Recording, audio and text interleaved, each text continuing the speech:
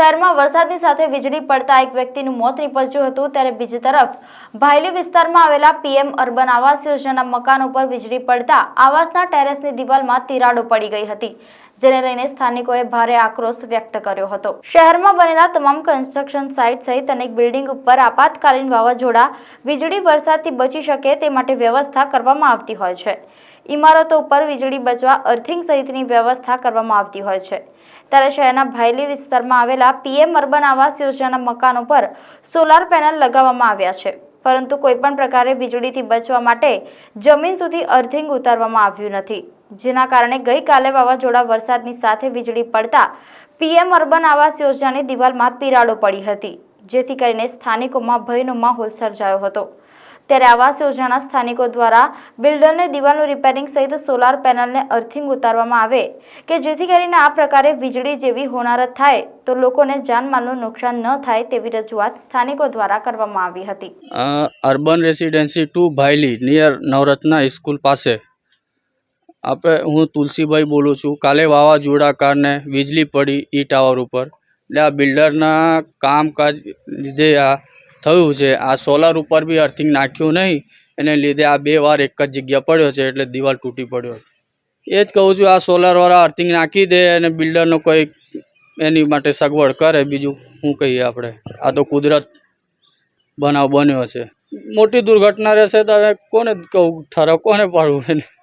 મારું નામ રોહિત રંજીત છગનભાઈ છે।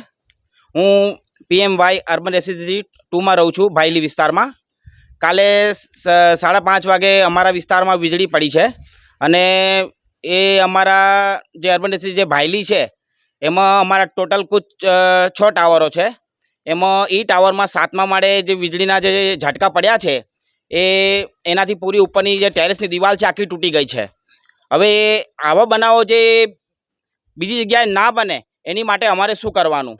એટલે અમારી આ જે અમારા જે બિલ્ડર છે એની પાસે અમારી એવી માંગણી છે કે જે આ તમે જે સોલર લગાવીને જે આપ્યા છે અમને લોકોને, એ સોલરમાં તમે લોકોએ એમાં અર્થિંગના વાયરો તમે અમને આપ્યા નથી લગાવીને, જે એન્ટીના લગાવવામાં આવે છે એ લગાવીને આપ્યા નથી। તો કાલ ઉઠીને જો અમારા સોસાયટીમાં કંઈક આવું બીજો કંઈક બનાવ બની જાય અને એના માટે કંઈ મોટું નુકસાન થાય, એની જવાબદારી લેશે કોણ?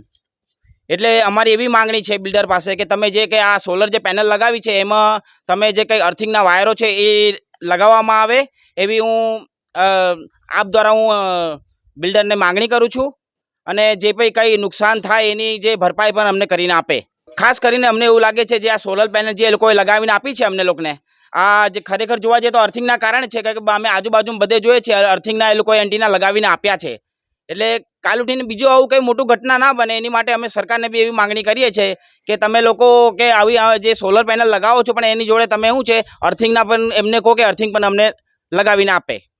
હું હર્ષદભાઈ સોલંકી ભાયલી વિસ્તાર અર્બન રેસિડેન્સી 2 માંથી બોલું છું। એમાં એવું છે કે ગઈકાલે ટાવર ઈમાં વીજળી પડી, ચોમાસાની આ વીજળી પડી, એમાં દિવાલની તિરાડ પડી ગઈ છે અને આ જે સોલાર પેનલ નાખ્યું છે એની અર્થિંગ આપ્યું નથી, એ એટલી નિષ્કાળજી છે એમની। અને આગામી દિવસોમાં જે વરસાદ વાવાઝોડું હજુ ચાલુ થયું છે અને વધારે આવશે તો કંઈ વધારે નુકસાન થાય તો એની જવાબદારી કોણ લેશે?